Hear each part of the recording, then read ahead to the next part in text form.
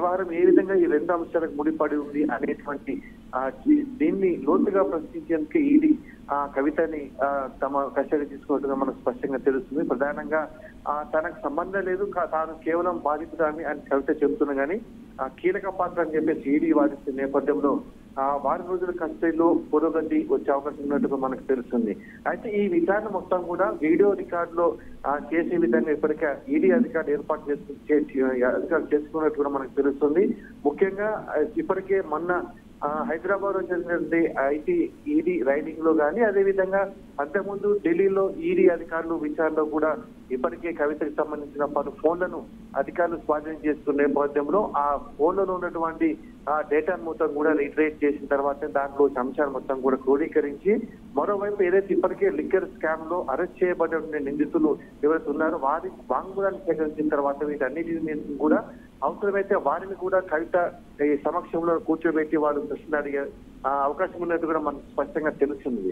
అంటే మొత్తంగా ఈ లిక్కర్ స్కామ్ సంబంధించి మా పాత్ర ఏ విధంగా ఉంది, ఏ విధంగా మనీ లాండరింగ్ కు ఈ సౌత్ గ్రూప్ పాల్పడింది అనే అంశాన్ని తేల్చేందుకే ఈడీ ముందు పెద్ద సవాల్ ఉన్నట్టు మనకు తెలుస్తుంది. ఈ నేపథ్యంలోనే ఈడీ కోర్టు కూడా ఆమె కవితను వారం రోజుల కస్టడీకి ఈడీ అధికారులకు ఇచ్చిన నేపథ్యం.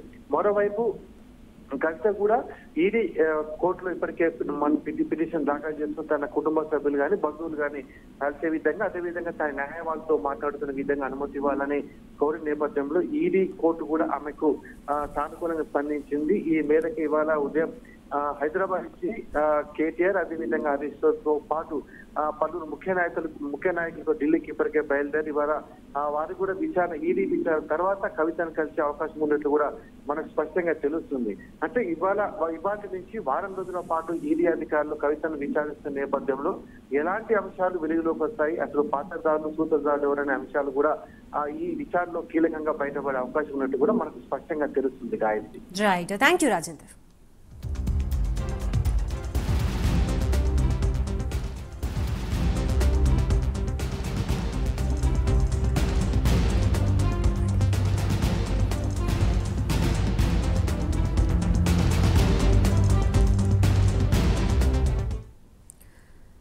నెల్లూరు జిల్లా కావలిలో స్వతంత్ర అభ్యర్థి